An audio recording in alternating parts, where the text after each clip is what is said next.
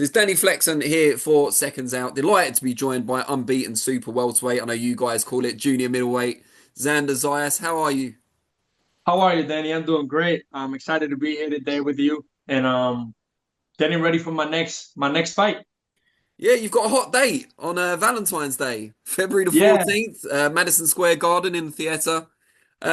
Interesting one. Another unbeaten guy. His record's almost identical to yours in Slava Spoma. I know I've pronounced that correctly because I've watched several German language videos today to make sure. I don't recommend you do the same. But yeah, what can you tell us about him that we might not already know, especially if we don't speak German? Slawa Spoma is an aggressive fighter. He likes to come forward. He likes to bring the fight. Um, Not so good going on the back pedal.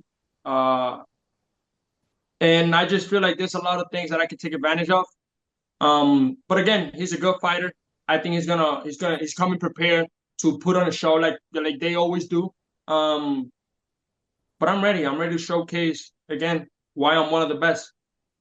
And you're already the WBO number one. With a win over Spoomer, you'll solidify your position most likely as the mandatory contender for Sebastian Fundora.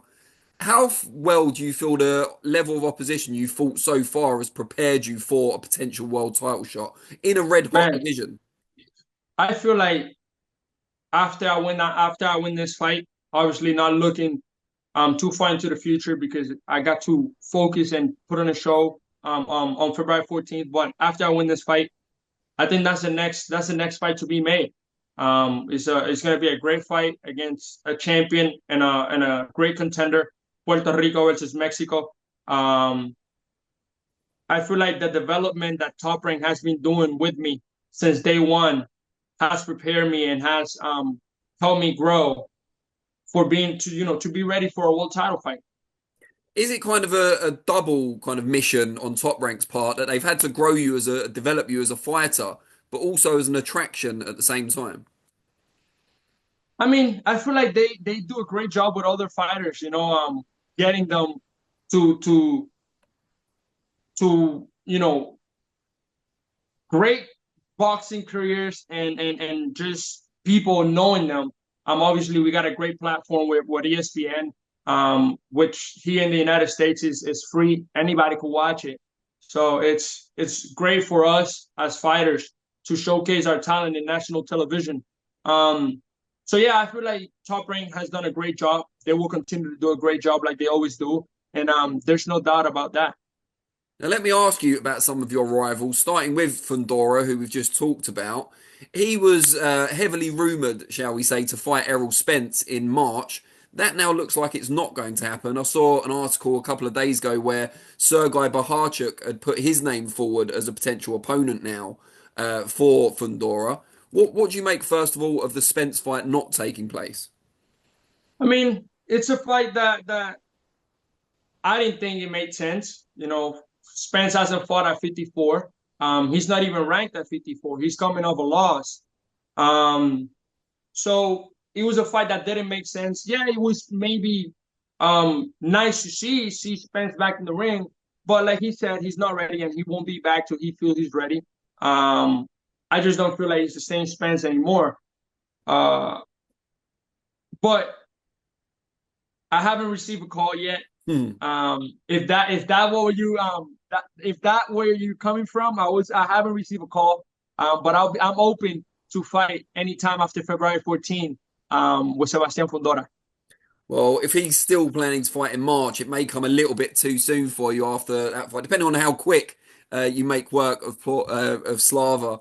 But what do you make of Boharchuk, who has been waiting patiently for his chance? The fight with Madrimov didn't come off on the last show, and he beat a substitute opponent in Ishmael Davis. What do you make of his progression? Obviously, gave Ortiz a tough fight.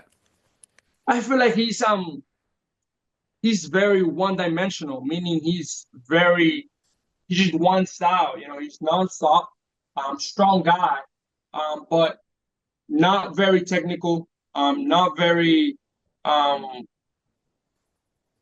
good boxer. He's a good fighter, but not so good at boxing and not the best boxing skills, but definitely strong and a good pressure fighter. Now, big fight taking place next month, a week roughly after yours, out in Saudi Arabia, you've got Vergil Ortiz defending his WBC interim belt against the former full champion with that governing body, Israil Madrimov, who we saw against Terence Crawford most recently. What do you make of that one? And is Vergil someone you thought about fighting? Yes, that is a fight that we actually received a call for the same date, February 22nd, in Saudi Arabia. We did accept the fight, but we also knew that it was some other fighters like Madrimov on the list. For him, it was a business decision. It was something that made more sense in his head, fighting a former world champion. So, not mad at the decision. Obviously, I would have loved the opportunity to take the fight and showcase my talent, to the world. But I feel like it's a fight that if he comes out victorious February 22nd, we can make happen. If not this year, next year for sure. I think we're both interested in that fight. I think we both will sell that fight very well for Puerto Rico and Mexico. I'm here in the United States, so I'm still open for it. Now talking about the fight, I think it's a hard fight for both fighters. I feel like it comes down to who has the better game plan, who listens to the corner better, and who made the better adjustments. Now, you said there you seem quite understanding about the fact that he opted to face Madrimov instead of yourself. Is that because against you, arguably, you would have everything to lose? You know, you're young, you're unbeaten, you're hungry.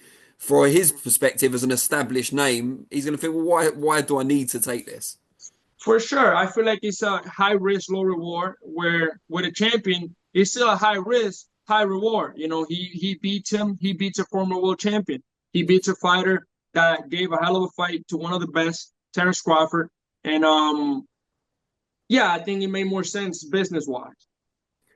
And then IBF champion, who maybe doesn't get as much press as some of the other big names at 154, Bakram Murtazaliev, who we saw, it was an upset, a lot of people have said, against Tim Tszyu, but great result for him and a great performance. What do you make of him? Of course. Um, Man, we actually have two rivals, two opponents in common. Which both of them went to distance with him. Both of them I stopped in the fifth round. Um, I think he showed he had a great fight against Tim Tszyu. I just feel like Tim Tszyu overlooked him and didn't come as ready as we thought Tim Tszyu was gonna come in. Not taking anything away from Murtasaliev, is a great boxer puncher. Um, but again, my phone is right here. I'm waiting for those calls. Well, another fighter at 154 who I don't expect to call you at least anytime soon is Terence Crawford. Big rumours now that he will be fighting Canelo Alvarez up at 168, either in September or less likely Cinco de Mayo weekend. For sure. What do you make of that? I mean, it's a two division weight jump. Apparently, there will be no rehydration clause, which is, I think a lot of people are thankful for that fact, given what we've had in the UK recently. But what do you make of that as a fight, and how tough will it be as a challenge for Terence? I feel like it's a great fight. I mean, great fighters. Terrence obviously always chasing greatness. You can't deny that. You can't deny that the guy wants to fight the best. And I feel like, jumping to 68 might be a little bit too much of a jump. It's not the same one division than two divisions. You're putting almost 20 pounds extra. So, it's going to be a hard fight.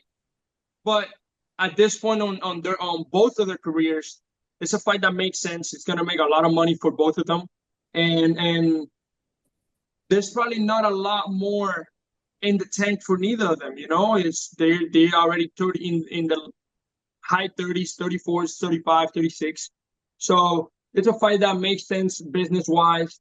They both make a lot good money, and if it's the end for both of them after this, it was a great career for each fighter. So I wouldn't say I'm excited for it, but it's a fight that is exciting for a lot of fans. With you coming up in your younger days at 154, Canelo at the time, biggest star in the sport, competing predominantly at 168, 175.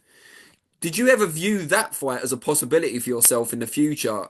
And do you Nah, now? nah. it was. I knew like coming up, it was gonna be too late for me. Um, there's nothing for him to prove anymore. You know, he proved everything. He beat the best. He lost to the best.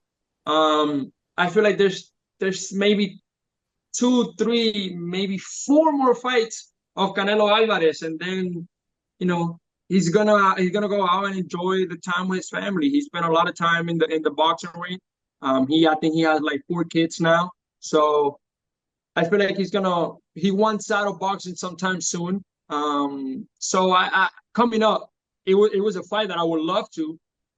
Same thing. I thought that I was going to be able to fight Pacquiao, that would have been a dream fight. Terence Crawford, but again, it's just fighters that they're out of my generation, and there's nothing we could do about it.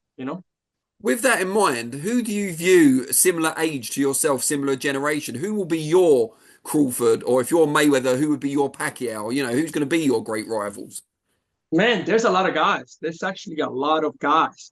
Um, but at 54, obviously, Vergil Ortiz, Fundora, Tim Tszyu. There's a lot of names at 54. Jesus Ramos is another name. You know, I feel like there's a lot of big fights to be made at 54 and 60. Obviously, I want a big crown, a world champion at 54, and then see where it takes me. But there's a lot of big fights that are to be made.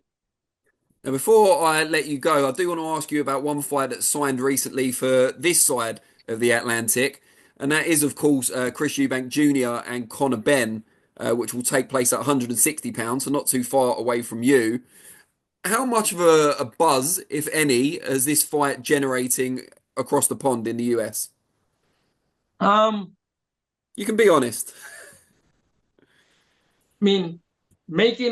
I mean, Connor just going from 47 to 60 doesn't make sense. I feel like he has a better chance of becoming a world champion at 47. He's a small guy. He's a very, small guy for the weight class. But I feel like he could beat Eubank. I feel like he could beat him. He can showcase his talent at 60, but I feel like he has a better chance at winning a title at 47 for sure. It seems to be a bit of a split here in terms of they've both got famous or legendary fathers in the boxing ring, and a lot of people are interested in the fight because of that. And then the younger generation, maybe more so around the beef between the sons.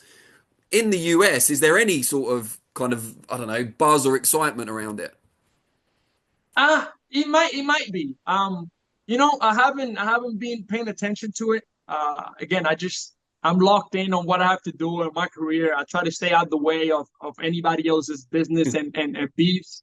But it might be. I haven't heard anything of it. And yeah, I can see the father son, rivalry, the beef, whatever the beef they got or whatever beef they be trying to make for the fight. Um, I don't know. I don't like that that type of build up. I feel like I can sell a fight without talking all that trash. But again, everybody does it differently. I hope that they make good business out of it, and that the best man comes out victorious. Let me ask you this, because Conor Benn was faced with a choice between challenging Mario Barrios at his natural weight of 147 or the fight with Eubank, which he ultimately chose, which will make a huge amount of money in comparison, but involves him going up to 160. In that position yourself, say you had to choose between Canelo at 168 or Fundora, your natural weight, for less money, obviously, which would you choose? I'm choosing Sebastian Fundora. I'm choosing Sebastian Fundora. It's my weight. I feel like the money in boxing will come. I feel like for me, it's more about the legacy. Um, leaving my name in the boxing sport as one of the best to ever do it. So money will come behind it. I feel like as long as I can build my legacy and become a champion, that's when the real money comes. That's when the real business comes.